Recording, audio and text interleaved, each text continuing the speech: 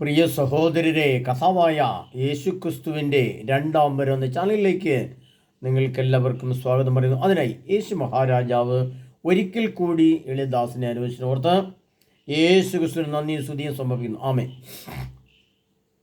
നമ്മൾ യോഹന്നാൻ്റെ സുവിശേഷത്തിലെ 2-ാം അധ്യായത്തിലെ 13 മുതലുള്ള തിരുവചനങ്ങളുടെ അർത്ഥനിഗൂഢമായ കാര്യങ്ങളെ ഗ്രഹിക്കുകയും പഠിക്കുകയും ചെയ്യുകയാണ്. അതിൽ എന്താണ് കാള എന്ന വാക്ക് കേൾക്കുമ്പോൾ വിശുദ്ധ ഗ്രന്ഥത്തിൽ അതിൻ്റെ അർത്ഥം എന്ന് നമ്മൾ കണ്ടു. അടുത്ത ആട് നമ്മൾ കണ്ടു. പിന്നെ കണ്ടത് പ്രാവ്. ഇനി നമ്മൾ പഠിക്കാനുള്ളത് നാണയമാണ്, നാണയമാറ്റം. നാണയത്തെ സംബന്ധിച്ച് നമുക്കറിയാം, ഓരോ രാഷ്ട്രങ്ങൾക്കും ഓരോ കറൻസികളാണ്, ഓരോ പണത്തിൻ്റെ മൂല്യങ്ങളാണ്. അതിൽ നമ്മൾ ശ്രദ്ധിക്കേണ്ടത്, ജെറുസലേം ദേവാലയത്തിൽ ഈ യേശുനാഥൻ കയറുകൊണ്ടൊരു ചമ്മട്ടിയൊക്കെ ഉണ്ടാക്കി അടിക്കാൻ വേണ്ടി വന്നിട്ട് മേശകളെ തട്ടിമറിച്ചതും തൻ്റെ ദേഷ്യം മുഴുവനും ഏറ്റവും കൂടുതൽ ഏത് വസ്തുവിൻ്റെ നേരെയാണ് പ്രയോഗിച്ചത് എന്നും വ്യക്തമായിട്ട് എഴുതപ്പെട്ടിരിക്കുന്നത് നാണയമാറ്റത്തിൻ്റെ അല്ലെങ്കിൽ നാണയമാറ്റക്കാരുടെ മേശകളാണ്. നാണയമാറ്റം എന്താണ്? ഈ നാണയമാറ്റം എന്തുകൊണ്ട് നമ്മൾ അർത്ഥമാക്കുന്നത്? പ്രിയ സഹോദരൻ, അത് മനസ്സിലാക്കണമെങ്കിൽ കഴിഞ്ഞ ആഴ്ച ഒരു സഹോദരൻ എന്നോട് ഒരല്പം പൈസ വായ്പ ചോദിച്ചു. അദ്ദേഹം ഒരു സാമ്പത്തികമൊക്കെ ഉള്ള ആളായിരുന്നു. പക്ഷേ എന്തുകൊണ്ടോ അദ്ദേഹത്തിന് പെട്ടെന്ന് പൈസയ്ക്ക് സാമ്പത്തിക ബുദ്ധിമുട്ടുണ്ടാവുകയും ഒരല്പം പൈസ എന്നോട് വായ്പ ചോദിക്കുകയും ചെയ്തു. അപ്പോൾ അതിന് നമ്മളെന്താണ് മനസ്സിലാക്കേണ്ടത്? അദ്ദേഹത്തിന് കിട്ടിക്കൊണ്ടിരുന്ന പണത്തിൻ്റെ മേശ അഥവാ പണം അദ്ദേഹത്തിൻ്റെ കയ്യിൽ നിന്നും നഷ്ടപ്പെട്ടു പോയി, അതില്ലാതെ വന്നു. അപ്പോൾ എവിടെ നിന്നായിരുന്നു പൈസ കിട്ടിക്കൊണ്ടിരുന്നത്? അദ്ദേഹത്തിൻ്റെ ബന്ധത്തിൽപ്പെട്ട അല്ലെങ്കിൽ സ്വന്തത്തിൽപ്പെട്ട അല്ലെ മകനോ മകളോ ഒക്കെ ഗൾഫിലൊക്കെ ഉണ്ടായിരുന്നു. ആ ഗൾഫിൽ നിന്നും അദ്ദേഹത്തിന് പൈസ വരാൻ കുറേ താമസിച്ചു. അപ്പോൾ അതുകൊണ്ട് അല്ലെങ്കിൽ കുറച്ച് അടുത്ത ആഴ്ച കിട്ടും എന്നൊക്കെ ഉണ്ട് പറഞ്ഞു. അപ്പോൾ ഇപ്പം നിലവിൽ കയ്യിലില്ല. അപ്പോൾ എന്താണ് അവിടെ സംഭവിച്ചത്? നമുക്കറിയാം, ഗൾഫ് രാഷ്ട്രങ്ങളിൽ ഇപ്പോൾ യുദ്ധം അതിൻ്റെ ഒരു പ്രത്യേക രീതി നടക്കുകയാണ്. അപ്പോൾ ഗൾഫ് രാഷ്ട്രങ്ങളെ സംബന്ധിച്ച് ദൈവത്തിൻ്റെ ഒരു മഹത്വത്തെ നമ്മൾ പഠിക്കേണ്ടത് എങ്ങനെയാണ്? ലോകത്തിൻ്റെ മേശയാണ്, പണങ്ങളുടെ മേശയാണ്, നാണയങ്ങളുടെ മേശയാണ് ഗൾഫ് രാഷ്ട്രങ്ങൾ. UAE എന്ന് പറയുന്ന രാഷ്ട്രത്തെ സംബന്ധിച്ച് പറഞ്ഞാൽ ലോകത്തിൻ്റെ മേശയാണ്. ലോകത്തെ മൊത്തമായിട്ട്, ഭൂലോകത്തെ മൊത്തമായിട്ട് എടുക്കുമ്പോൾ ആ മേശയാണ്. അതിന് പറയാൻ കാരണം എന്താണ്? അമേരിക്കയിൽ നിന്ന് ഉള്ള കപ്പലുകൾ യുയിലേക്ക് വരുന്നു, ഡോളറായിട്ടുള്ള പൈസകൾ അവിടെ ഇടുന്നു. അതിൻ്റെ നാണയം അറബ് രാഷ്ട്രങ്ങളുടെ ദിർഹത്തിലേക്കും ദിനാറിലേക്കും മാറുന്നു, അതങ്ങോട്ട് പോകുന്നു. യൂറോപ്യൻ രാഷ്ട്രങ്ങളുടെ പണം ഇങ്ങോട്ട് കൊണ്ടിരുന്നു, അത് അവരുടെ പണത്തിൽ നിന്നും അത് UAE രാഷ്ട്രങ്ങളുടെ പണത്തിലേക്ക് മാറ്റം ചെയ്യുന്നു.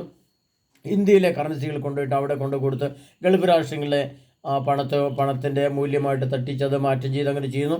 അങ്ങനെ പണങ്ങൾ അവരുടെ നാണയത്തിലേക്ക് മാറുകയും കൊടുക്കുകയും ഒക്കെ ചെയ്യുന്ന ഒരു വലിയ മേശയാണ് ഗൾഫ് രാഷ്ട്രങ്ങൾ. ആ ഗൾഫ് രാഷ്ട്രങ്ങളുടെ മേശയ്ക്കിട്ട് കർത്താവ് ചെറുതായിട്ടൊരു അടി വെച്ചു കൊടുത്തു. ആ അടിയാണ് ഇപ്പോൾ നമ്മൾ കാണുന്നതിൻ്റെ പരിണതഫലം. അത് യുദ്ധം എന്ന് പറയാം. അല്ലെങ്കിൽ ആ മേശയിൽ അവിടെ വന്നുകൊണ്ടിരുന്ന പണത്തിൻ്റെ അളവ് കുറഞ്ഞു. കപ്പലുകളിൽ പണം അങ്ങോട്ട് കൊണ്ടുപോവുകയും കപ്പലുകളിൽ തിരിച്ച് എണ്ണ ഇങ്ങോട്ട് കൊണ്ടുപോവുകയും ചെയ്യുന്നൊരു പശ്ചാത്തലമായിരുന്നു ഉണ്ടായിരുന്നതെങ്കിൽ, അങ്ങോട്ട് കടന്നുപോയി കപ്പലുകൾ കടന്നു പോകാൻ പറ്റാത്ത അവസ്ഥ വന്നപ്പോൾ നാണയമാറ്റങ്ങൾക്ക് അവിടെ പ്രശ്നങ്ങൾ വന്നു. നമുക്കറിയാവുന്ന കാര്യമാണ്. അപ്പോൾ ലോകത്തിൻ്റെ മേശയെ കർത്താവ് ഒരു തട്ട് കൊടുത്തപ്പോൾ അവിടെ നിന്നും നാണയങ്ങൾ ചിതറിക്കപ്പെട്ടു, നാണയങ്ങൾ തകർക്കപ്പെട്ടു, നാണയത്തിൻ്റെ ക്രയവിക്രയങ്ങൾക്ക് മാറ്റം വന്നു, ക്രയവിക്രയങ്ങൾ സാധിക്കാത്ത ഒരു പശ്ചാത്തലം അവിടെ വന്നു. അത് നമുക്കറിയാവുന്ന കാര്യമാണ്. ഇനി അതിൻ്റെ തന്നെ മറ്റു ചില കാര്യങ്ങൾ മനസ്സിലാക്കേണ്ടത്, നമുക്കറിയാം, അവിടെ അമേരിക്ക എന്ന രാഷ്ട്രത്തിൽ ഒരു സാമ്പത്തിക മേശയ്ക്കിട്ടൊരു തട്ട് കൊടുത്താൽ നമ്മുടെ കേരളത്തിലെ ചില വീടുകളിലെ മേശയ്ക്കിട്ടും തട്ടുകൊള്ളും. അതിനർത്ഥം എന്താണെന്ന് ചോദിച്ചു കഴിഞ്ഞാൽ, നമുക്കറിയാം, അമേരിക്കയിൽ ജോലി ചെയ്യുന്ന മക്കൾ ഉണ്ടെങ്കിൽ അതിൻ്റെ മാതാപിതാക്കന്മാർ കേരളത്തിലുണ്ടാവും. അപ്പോൾ അമേരിക്കയിൽ നിന്ന് ജോലി ഉണ്ടായിരുന്ന മക്കളുടെ ജോലി നഷ്ടപ്പെടുന്ന പല സാഹചര്യങ്ങളും നമ്മൾ ഇതിനു മുമ്പുള്ള വാർത്തകൾ നമ്മൾ കേൾക്കുന്നുണ്ടായി. അപ്പോൾ നമുക്കറിയാം, കാനഡയിൽ ജോലിയുള്ള മക്കൾ അവിടെയുണ്ട്. അപ്പോൾ അതിൻ്റെ മാതാപിതാക്കന്മാർ കേരളത്തിലുണ്ട്. UK ജോലി ചെയ്യുന്ന മക്കളുണ്ട്, അവരുടെ മാതാപിതാക്കന്മാർ കേരളത്തിലുണ്ട്. ഗൾഫ് രാഷ്ട്രങ്ങളിൽ ജോലി ചെയ്യുന്ന മക്കളുണ്ട്, അവരുടെ മാതാപിതാക്കളും കേരളത്തിലുണ്ട്. അപ്പോൾ അവിടുത്തെ മേശയ്ക്കിട്ട് തട്ടുകൊണ്ടാൽ ഇവിടുത്തെ മേശയും മറിഞ്ഞു വീഴും, അവിടുത്തെ മേശയും മറിഞ്ഞു വീഴും, ഇവിടുത്തെ മേശയും മറിഞ്ഞു വീഴും. അതുകൊണ്ടാണ് ഞാൻ പറഞ്ഞ കഴിഞ്ഞ ആഴ്ചയിൽ ഒരു സഹോദരനോട് പൈസ വായ്പ ചോദിച്ചു. അപ്പോൾ അദ്ദേഹത്തിൻ്റെ മകൻ ഗൾഫിലുള്ളതാണ്, അവിടുത്തെ പൈസ വരുന്നില്ല, അല്ലെങ്കിൽ വരാൻ താമസം നേരിട്ടു. അപ്പോൾ ഇവിടുത്തെ മേശ തട്ടിമറിക്കപ്പെട്ടു. നിങ്ങൾ മനസ്സിലാക്കണം.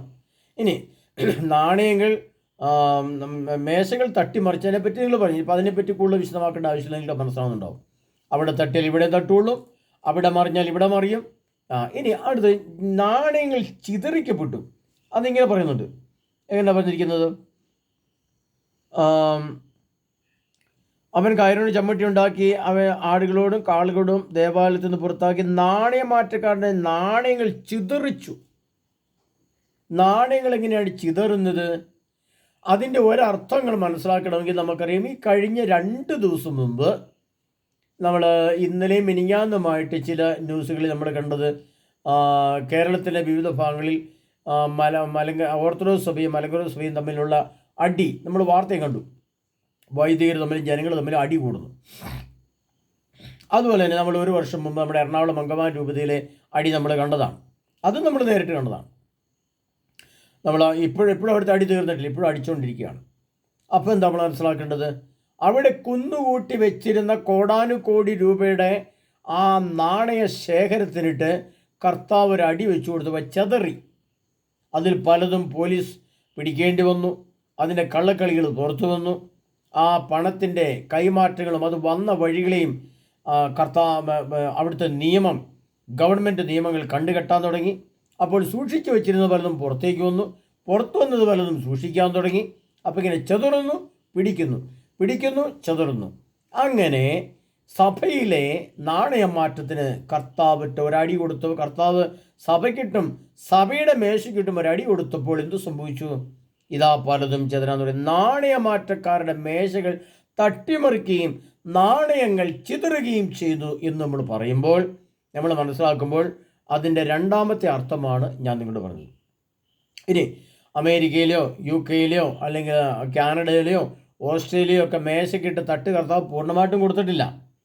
ഒരു മേശക്കിട്ടേ തട്ട് കൊടുത്തുള്ളൂ, 9 മേശക്കിട്ടുള്ള തട്ട് വരുന്നുണ്ട്. അത് 2027 മുതൽ ബാക്കിയുള്ള മേശകളൊക്കെ അടിച്ച് തകർത്ത് കർത്താവ് താഴെയിടും. എല്ലാ മേശയുടെയും കാലുകൾ ഒടിക്കും. കർത്താവ് എല്ലാ മേശയും തട്ടിമറിക്കുമ്പോൾ നാണയങ്ങൾ വീണ് ചിതറി പോകും. അതിൻ്റെ അർത്ഥം പ്രിയപ്പെട്ടവരെ, പിന്നെ ശേഖരിക്കപ്പെട്ടിരിക്കുന്ന നാണയങ്ങൾ പിന്നീട് പുറത്തിറക്കാൻ പറ്റാതെ വരും. പുറത്തിറക്കിയിരിക്കുന്നത് ശേഖരിക്കാൻ പറ്റാതെ വരും. കയ്യിലുള്ള മേശയുടെ പണങ്ങൾ കേസ് കളിച്ചും അങ്ങനെ കളിച്ചും ഇങ്ങനെ കളിച്ചും എല്ലാം കൂടെ ചതറിക്കപ്പെടുകയും മേശയും നാണയവും തട്ടിമറിക്കുകയും ചെയ്യുന്ന ഒരു പശ്ചാത്തലം ലോകത്ത് രൂപപ്പെട്ടിരിക്കുന്ന ആ കാലഘട്ടത്തിലൂടെ സഭയും ലോകവും കടന്നു പോകുമ്പോൾ നാം ഇവിടെ മനസ്സിലാക്കേണ്ടത് വിശുദ്ധ യോഹന്നാന്റെ സുവിശേഷം 2-ാം അധ്യായം, ആ 2-ാം അധ്യായത്തിൻ്റെ 13-ാം തിരുവചനം എടുത്തു വെച്ച് പഠിക്കുമ്പോൾ നാം മനസ്സിലാക്കേണ്ടത് കർത്താവ് ആദ്യം കൊടുത്തത് കാളക്കിട്ടാണെങ്കിൽ രണ്ടാമത് ആടുകൾക്കിട്ട് കൊടുത്തു. ആടുകൾ, കാള, ആട്. പിന്നത്തെ കൊടുത്തത് പ്രാവാണ്. പ്രാവിനെ ഇവിടെ നിന്ന് എടുത്തുകൊണ്ടുപോയെന്ന് കർത്താവ്. ആ പ്രാവിൻ്റെ ഓർമ്മ, പരിശുദ്ധാത്മാവിൻ്റെ ആ ചിഹ്നത്തിൻ്റെ ഓർമ്മ കർത്താവ് വന്നപ്പോൾ അവർ സ്നേഹത്തോടെ കർത്താവ് ഇവയെ ഇവിടുന്ന് എടുത്തുകൊണ്ടുപോയെന്ന് പറഞ്ഞു. അവിടുന്ന് എടുത്തുകൊണ്ടുപോയ ഒരു പ്രാവിനെ സ്വന്തം കസ്റ്റഡിയിൽ വെച്ച് പ്രാവിനെ പല രീതിയിൽ പാലും തേനും കൊടുത്ത് പ്രാവിനെ വളർത്തിയിട്ട് ആ പ്രാവ് വളരെ മനോഹരമായിട്ട് വളർന്നപ്പോൾ അതിനെ വിൽക്കാൻ തുടങ്ങി. പ്രാവിനെ വിൽക്കാൻ തുടങ്ങി. അതാണ് പ്രാർത്ഥനകൾ വിൽക്കുക എന്ന് പറയുന്നത്. കുർബാനയ്ക്ക് കാശ് കൊടുക്കണം, ഒപ്പീസിന് കാശ് കൊടുക്കണം, നേർച്ച കാഴ്ചകൾ കാശ് കൊടുക്കണം, എല്ലാം ഇതിൻ്റെ അതുകൊണ്ട് തന്നെ അതിലൂടെ വന്ന പണത്തിൻ്റെ ആ മേശ കിട്ടും സർവശക്തനായ ദൈവം തട്ട് കൊടുത്തു കഴിഞ്ഞു. പക്ഷേ 2 കാലേ മേശയുടെ ഒടിഞ്ഞിട്ടുള്ളൂ. അതിൽ നിന്ന് കുറേ നാണയങ്ങളെ ഊർന്ന് താഴെ വീണിട്ടുള്ളൂ. നോട്ട് കെട്ടുകളൊക്കെ ഇപ്പോഴും മേശയുടെ ഒരു സൈഡിൽ ഇങ്ങനെ ചെരിഞ്ഞ് നിൽപ്പുണ്ട്, വീഴാൻ പരുവത്തിലും. ബാക്കി 2 കാലുകളുടെ മേശയുടെ കാലുകൾ കർത്താവ് 27 അടിച്ചോടിച്ച് താഴെയിടും. 28 മേശ എടുത്ത് കത്തിക്കും. 29 കാളയെ കത്തിക്കും. 30 കാളയെ കത്തിച്ച് പുറത്ത് കാളയെയും ആടുകളെയും കാളകളെയും പ്രാവിനെയും നാണയത്തെയും 30 കർത്താവ് കത്തിക്കും. 33 കത്തി ദഹിച്ച് ഭൂമി അടക്കം തീർന്നു കഴിയുമ്പോൾ ഈ പദ്ധതി പൂർത്തിയാവും. അങ്ങനെ മുന്നോട്ട് പോവുകയാണ് പ്രിയപ്പെട്ടവരെ. അപ്പോൾ നമ്മുടെ UAE-യിൽ നമ്മുടെ മക്കളോ യൂറോപ്പിലോ കാനഡയിലോ അമേരിക്കയിലോ ലണ്ടനിലോ ഓസ്ട്രേലിയയിലോ ഉണ്ടെങ്കിൽ അവിടുത്തെ കാളക്കിട്ടും അവിടുത്തെ ആടുകൾ കിട്ടും, അവിടുത്തെ മേശകൾ കിട്ടും തട്ടുമ്പോൾ നമ്മുടെ വീട്ടിലെ മേശയും മറിഞ്ഞു വീഴും എന്ന് നമ്മൾ ഓർത്തിരിക്കണം. അല്ലാതെ നമ്മൾ സമ്പൽ സമൃദ്ധിയുടെ കൊഴുപ്പ്, ആ കൊഴുപ്പിൻ്റെ ആ തഴപ്പ്, ആ തഴപ്പിൻ്റെ ആ ആഢ്യത്വമുണ്ടല്ലോ, ആ ആഢ്യത്തിൻ്റെ അഹങ്കാരമുണ്ടല്ലോ, അത് അടിച്ച് തകർക്കാൻ കർത്താവ് ഉടൻ തന്നെ ചാട്ടയെടുത്തു കഴിഞ്ഞു. അതിൻ്റെ ഓരോ തലകളിലാണ് അടി വരുന്നത്. അതുകൊണ്ട് കർത്താവ് ഞാൻ ഇടയനെ അടിക്കും ആടുകൾ ചെന്നതൊക്കെ പറയുന്നുണ്ടല്ലോ. വാളെ ഉയരുക, ഇടയനെ വെട്ടുക. അവിടെ വെട്ടും വരും, ഇവിടെ അടിയും വരും. നാണയത്തിട്ടും കൊടുക്കും, ആടുകൾക്കിട്ടും കൊടുക്കും, എല്ലാ സർവ്വ സംവിധാനത്തിട്ടും കർത്താവ് അടിയും വെട്ടും കൊടുക്കുന്ന സമയം അടുത്തു തന്നെ വന്നു വീഴും. അതുകൊണ്ട് ഈ 4 ഘടകങ്ങളും ഒരു സമൂഹത്തിൻ്റെ, ഒരു കുടുംബത്തിൻ്റെ, ഒരു രാഷ്ട്രത്തിൻ്റെ, ഒരു രാജ്യത്തിൻ്റെ അടിസ്ഥാന 4 ശിലകളാണ്, അടിസ്ഥാനപരമായ 4 കാലുകളാണ് ഈ കാള, ആട്, പ്രാവ്, നാണയം. അത് രാജ്യത്തെ സംബന്ധിച്ചും സഭയെ സംബന്ധിച്ചും കുടുംബത്തെ സംബന്ധിച്ചും ലോകത്തെ സംബന്ധിച്ചും ഇതെല്ലാം ശരി തന്നെയാണെന്നിരിക്കെ ഇതിൽ നിന്നും മനുഷ്യൻ ചെയ്തു കൂട്ടുന്ന തിന്മയുടെ അളവ് 10 മടങ്ങായി വർദ്ധിച്ചപ്പോൾ, അതാണ് റോമാക്കാർക്ക് ലേഖനം 1:18 മരണം. നമ്മൾ കഴിഞ്ഞ ദിവസം ഇന്നലത്തെ ക്ലാസ്സുകളിൽ കണ്ട് നിങ്ങൾ കേട്ട് കാണും. എങ്ങനെയാണ് ഒരു മരണം, ഒരു മനുഷ്യന് ആ രീതിയിലുള്ള മരണമുണ്ട്. അതിലേത് മരണമാണ് നമുക്കുള്ളതെന്ന് നാം കണ്ടെത്തിയിരിക്കണം. അതറിഞ്ഞിട്ട് വേണം നമുക്ക് മുന്നോട്ട് ജീവിക്കാൻ. ഏത് മരണമാണ്, 6 മരണം ഏതാണെന്ന് ഞാൻ ക്ലാസ്സിൽ പറഞ്ഞിട്ടില്ല. അത് കേൾക്കണമെന്ന് ആഗ്രഹമുള്ളവർ ഏതായാലും മരണം റെഡിയായിട്ട് നമുക്കുണ്ട്. ഏതെങ്കിലും ഒരു മരണം നമുക്ക് സുനിശ്ചിതമാണ്, അത് യാതൊരു സംശയവും നമുക്കില്ല. ഏതെങ്കിലും ഒരു മരണം നമുക്കുറപ്പാണ്. പക്ഷേ മരണമല്ല നമുക്കുള്ളത്. മരണത്തെ എടുത്തു മാറ്റി ജീവനായ യേശു ക്രിസ്തു കൂടെ ഉണ്ടെങ്കിൽ നിത്യജീവൻ മരിച്ചുപോയവരെ ഉയർപ്പിക്കുന്ന ഒരു സംവിധാനം സർവശക്തനായ യേശു ക്രിസ്തു ഭൂമിയിൽ കൊണ്ടുവന്നിട്ടുണ്ടെങ്കിൽ, അതിനുള്ള സംവിധാനം സുവിശേഷത്തിൽ പറഞ്ഞിട്ടുണ്ടെങ്കിൽ, നാം മരിക്കാനുള്ളതല്ല മറിച്ച് ജീവൻ പ്രാപിക്കാനുള്ളതാണെങ്കിൽ ഏത് ജീവനെയാണ് പ്രാപിക്കേണ്ടതെന്ന് നാം അറിഞ്ഞിരിക്കണം പ്രിയപ്പെട്ടവരെ. അതിനുവേണ്ടി നമുക്കറിയാം, ഈ മാസം നമുക്ക് എറണാകുളം ഇവിടെ നെടുമ്പാശ്ശേരി ഭാഗത്ത് ധ്യാനം വെച്ചിട്ടില്ല. അതിന് ഡേറ്റ് ഞാൻ ഇതുവരെ പ്രഖ്യാപിച്ചിട്ടില്ല. കാരണം എന്താണെന്ന് ചോദിച്ചാൽ യെല്ലോ അലേർട്ടും റെഡ് അലേർട്ടും ഒക്കെ കേരളത്തിൽ നിലനിൽക്കുകയാണ്. ഒരുപാട് ധാരാളം ആളുകൾ വിളിച്ചു പറഞ്ഞു അങ്ങോട്ട് വരാൻ ബുദ്ധിമുട്ട് അനുഭവപ്പെടുന്നതുകൊണ്ട് ക്ലാസ്സുകളുണ്ടോ, ഉണ്ടെങ്കിൽ ഡേറ്റ് മാറ്റണമെന്ന് ചോദിച്ചിട്ടുണ്ട്. അപ്പോൾ അതുകൊണ്ട് അതിനെപ്പറ്റി തീരുമാനിച്ചിട്ടില്ല. എന്നാൽ ഈ മാസം അവസാനം, അടുത്ത മാസം ആദ്യം കണ്ണൂർ, കാസർഗോഡ്, വയനാട്, കോഴിക്കോട് ജില്ലയിലുള്ളവർക്ക്, അല്ലെങ്കിൽ തൃശ്ശൂർ മുതൽ ഇങ്ങോട്ടുള്ളവർക്ക്, അല്ലെങ്കിൽ കോഴിക്കോട് മുതൽ ഇങ്ങോട്ടുള്ളവർക്ക് ധ്യാനം കൂടാനുള്ള സംവിധാനം എൻ്റെ ഭവനത്തിൽ ഞാൻ ഒരുക്കാൻ സാധ്യതയുണ്ട്. അതിനെപ്പറ്റി അറിയിപ്പ് നിങ്ങൾക്ക് തരുന്നതായിരിക്കും. അങ്ങനെ വരുന്നവർക്കും എൻ്റെ ഭവനത്തിൽ വന്ന് ധ്യാനം കൂടാനുള്ള സംവിധാനങ്ങൾ ഒരുക്കുന്നുണ്ട്. പ്രിയപ്പെട്ടവരെ, ഇവിടെ നമ്മൾ മനസ്സിലാക്കേണ്ടത് കാലം അതിൻ്റെ അന്ത്യത്തിൽ, യുഗം അതിൻ്റെ അവസാനത്തിൽ, കാലഘട്ടം അതിൻ്റെ പൂർണ്ണാവസ്ഥയിൽ, സുവിശേഷം തീർന്നു, സനാതന സുവിശേഷത്തിലേക്ക് പ്രവേശിച്ചു, ലോകം വെളിപാട് ഗ്രന്ഥത്തിൽ ജീവിക്കുന്നു. അങ്ങനെ അനേകം, ഇത് ക്ലാസ് എടുത്താൽ തീരാത്ത വിധം, ഓരോ ലക്ഷണങ്ങളെ എണ്ണി പറഞ്ഞാൽ നമുക്ക് ക്ലാസ് എടുത്താൽ തീരാത്ത വിധം, മാസങ്ങളോ വർഷങ്ങളോ പറയാൻ മാത്രമുള്ള ക്ലാസ്സുകൾ ആയിട്ട് പറയാവുന്നിടത്തോളം ലക്ഷണങ്ങൾ. മത്തായിയുടെ സുവിശേഷം 24-ാം അധ്യായത്തിൽ വന്നിരിക്കുന്ന 23-ാം അധ്യായം മുതൽ തുടങ്ങിയാൽ 23, 24 അധ്യായങ്ങൾ എഴുതിയിരിക്കുന്ന മുഴുവൻ സംഭവങ്ങളും ലോകത്ത് നമ്മുടെ മുമ്പിലേക്ക് വരികയാണ്. അതെല്ലാം ചെയ്തും കണ്ടും അനുഭവിച്ചും തീരേണ്ട പശ്ചാത്തലമാണ് 2027 മുതലുള്ള കാലഘട്ടം. അതുകൊണ്ടാണ് കർത്താവ് ഈ കാര്യങ്ങളെ ഈ 4 ഘടകങ്ങൾ, കാള, ആട്, പ്രാവ്, നാണയം, ഒരു രാജ്യത്തിൻ്റെ സമൂഹത്തിൽ ഏറ്റവും വലിയ അടിസ്ഥാന ഒരു മേശയെ താങ്ങി നിർത്തുന്ന 4 കാലുകളാണിതെങ്കിൽ ഈ 4 കാലുകളെ കർത്താവ് ഓടിക്കാൻ പോവുകയാണ്. അങ്ങനെ ഓടിക്കുമ്പോൾ എന്ത് സംഭവിക്കുമെന്ന് ചോദിച്ചു കഴിഞ്ഞാൽ, അപ്പോഴാണ് അവിടെ വിലാപവും പല്ലുകടിയുമായിരിക്കുമെന്ന ലൂക്കായുടെ സുവിശേഷത്തിലെ വചനം നമ്മുടെ ഓർമ്മ വരിക. ഓരോ ഭവനങ്ങളും അനുഭവിക്കുന്ന വേദനകൾ നമുക്കറിയാം. നമ്മളിപ്പോൾ വളരെ റിച്ചായിട്ട് നമ്മളിപ്പോൾ ജീവിക്കുന്നത് വളരെ ആഡംബരത്തിലാണ് നമ്മൾ ജീവിക്കുന്നത്. നമുക്കറിയാം എത്ര ശരാശരി വീടുകളിൽ എന്തെങ്കിലും വാഹനമൊക്കെ ഉണ്ടാവും. ഒരു നിലയെങ്കിലും വാർക്കത്തെ വീടുകൾ കുറവാണ്.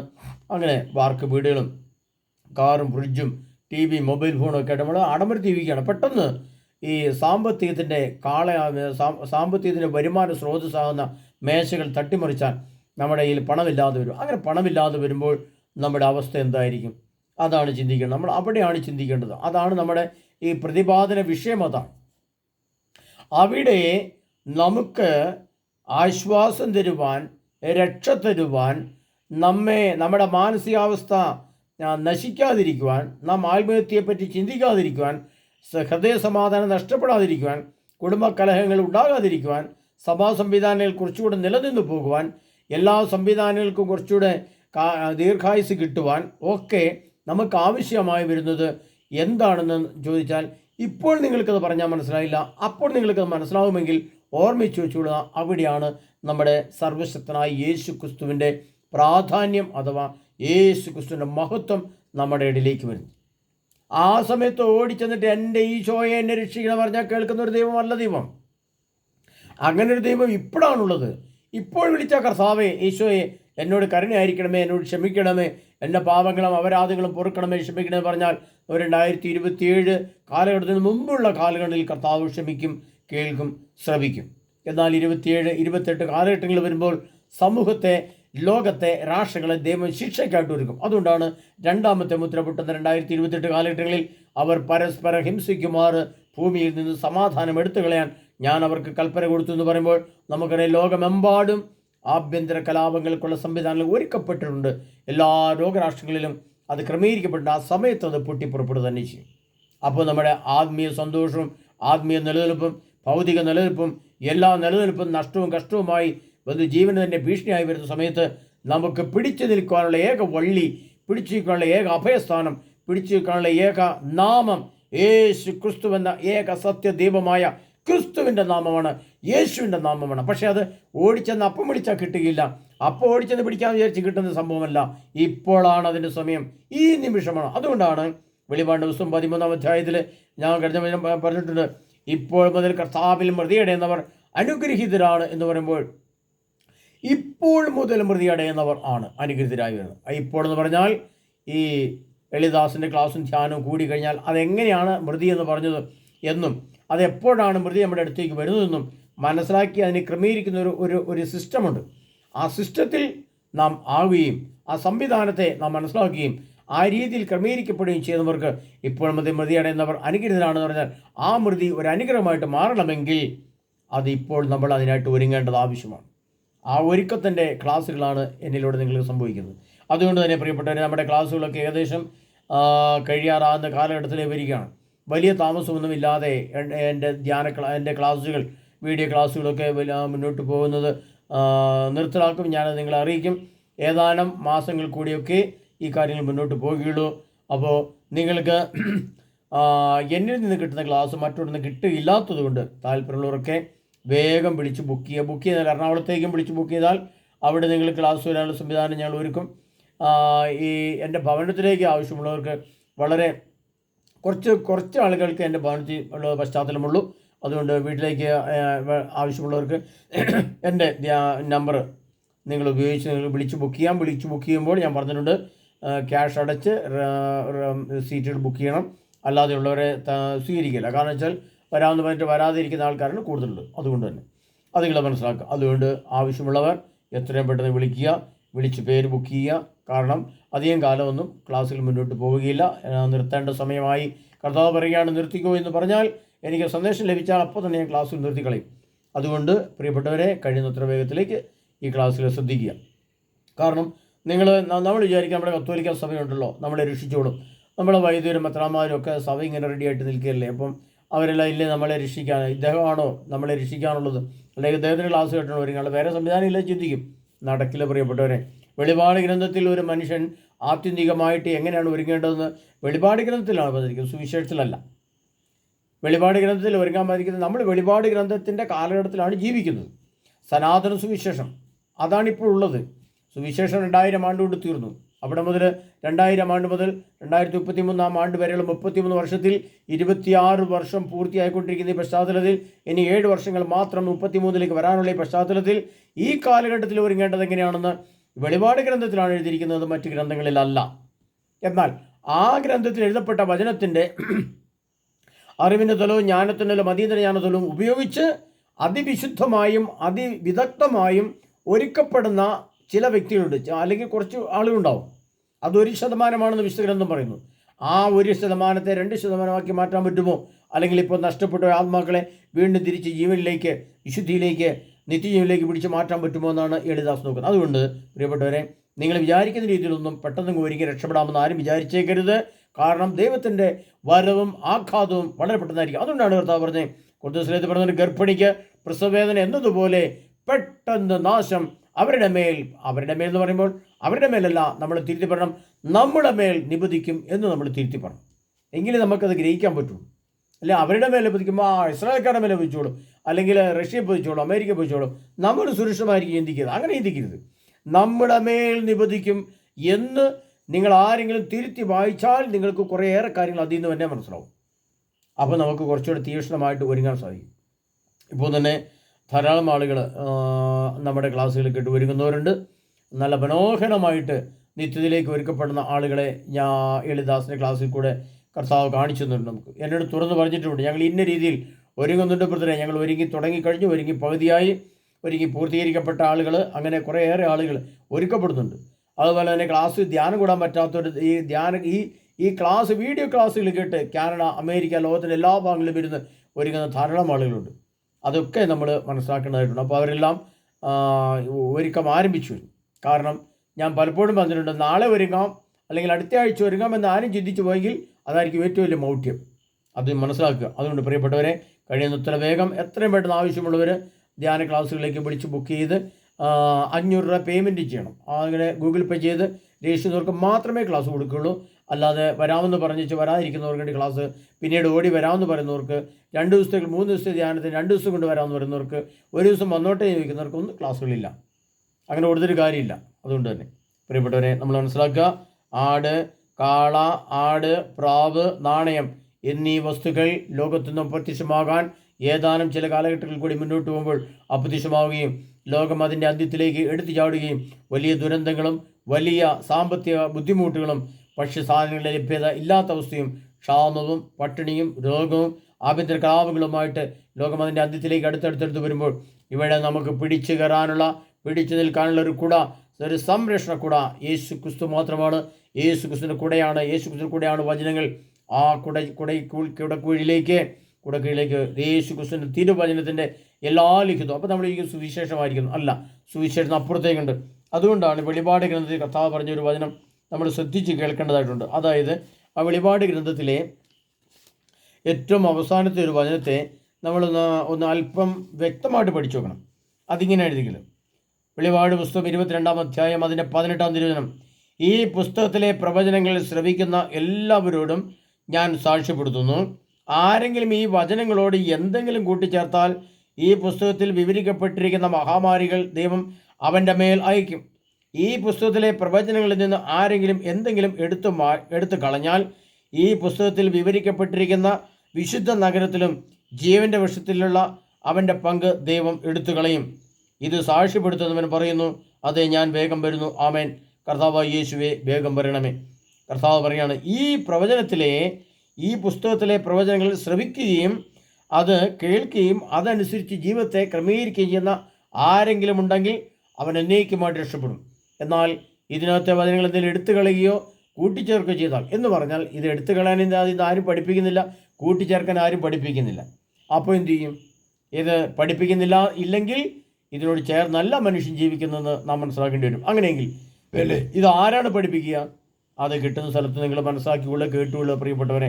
അതുകൊണ്ട് വിശുദ്ധ ഗ്രന്ഥത്തിലെ തിരുവചനമല്ല, സുവിശേഷത്തിലെ കാലഘട്ടമല്ല, സുവിശേഷത്തിലെ വചനമല്ല ഇനി നമ്മൾ ജീവിക്കേണ്ടത്. വെളിപാട് ഗ്രന്ഥത്തിലെ വചനങ്ങളുടെ ആഴങ്ങളാണ് നമ്മൾ അറിയേണ്ടത്. അതിനകത്താണ് യേശുവിൻ്റെ രണ്ടാമത്തെ വരവിനെ പറ്റിയുള്ള എല്ലാ ശാസ്ത്രീയമായ ലക്ഷണങ്ങൾ കർത്താവ് വെളിപ്പെടുത്തിയിരിക്കും. ഇത് വെളിപാട് ഗ്രന്ഥം മുഴുവൻ ശാസ്ത്രീയമാണ്, എല്ലാം മാത്തമാറ്റിക്സാണ്, എല്ലാം കെമിക്കലാണ്, ബയോളജിയാണ്, എല്ലാം ഫിസിക്സാണ്. ഇതെല്ലാം കൂടെ കൂടിയതാണ് വെളിപാട് ഗ്രന്ഥം എന്ന് നമുക്കറിയാം. സുവിശേഷം എന്ന് പറയുമ്പോൾ അത് ദൈവവചനം, ജ്ഞാനത്തിൻ്റെ തലമാണ് കൂടുതലുണ്ടായിരുന്നെങ്കിൽ വെളിപാട് ഗ്രന്ഥത്തിൽ അതീന്ദ്രിയ ജ്ഞാനത്തെ മാത്രമല്ല, ഈ അറിവും ജ്ഞാനവും അതീന്ദ്രിയ ജ്ഞാന തലവും കൂടെ മൂന്നും കൂടെ സമ്മേളിക്കുന്ന ദൈവവചനമാണ് ഈ വെളിപാട് ഗ്രന്ഥം പറയുന്നത്. അത് നമ്മൾ ക്ലാസ് കൂടിയാലേ നിങ്ങൾക്ക് മനസ്സിലാകുള്ളൂ, അല്ല പെട്ടെന്ന് വായിച്ചതൊന്നും നിങ്ങൾക്ക് മനസ്സിലാവുകയില്ല. അതിനെ പ്രിയപ്പെട്ടവരെ, വളരെ വ്യക്തമായിട്ട് കാര്യങ്ങൾ ഞാൻ പറഞ്ഞു തന്നിരിക്കുകയാണ്. എത്രയും പെട്ടെന്ന് താല്പര്യമുള്ളവർ വരിക. വിളിച്ച് ബുക്ക് ചെയ്യുക. അങ്ങനെ നിങ്ങൾ വചനം കേട്ട് ഒരുങ്ങിക്കോളും. അല്ലെങ്കിൽ ഇനി വരാൻ പോകുന്നത് എന്താണെന്ന് കണ്ടു തന്നെ പഠിക്കേണ്ടി വരും, മനസ്സിലാക്കേണ്ടി വരും. ഓക്കെ, പ്രിയ സഹോദരനെ, നമ്മൾ കർത്താവായ യേശു ക്രിസ്തുവിൻ്റെ തിരുവചനത്തിൻ്റെ പൂർണ്ണത വെളിപാട് ഗ്രന്ഥത്തിൽ നിന്നാണ് നമ്മൾ മനസ്സിലാക്കേണ്ടത്. അവിടെയാണ് അതിൻ്റെ പൂർണ്ണത എഴുതി വച്ചിരിക്കുന്നത്. അതുകൊണ്ടാണ് യോഹന്നാനെ കർത്താവ് അതിനു വേണ്ടി ഉപയോഗിച്ചതും എഴുതപ്പെട്ടതും. ആ വചനത്തോട് ജീവിക്കുവാൻ, ആ ജീവിച്ച് ഈശോയുടെ വരവിനായിട്ട് പ്രത്യേകം ഒരുങ്ങുവാൻ, പ്രത്യേകം അതിൽ നിന്ന് കിട്ടുന്ന നിഗൂഢ ജ്ഞാനത്തിൻ്റെ വിശുദ്ധിയും ശക്തിയും ശേഖരിച്ചു വെക്കാൻ കർത്താവ് ഈശോ നമ്മെ ഓരോരുത്തരെ സമൃദ്ധമായി അനുഗ്രഹിക്കുമാറാകട്ടെ. ആമേൻ.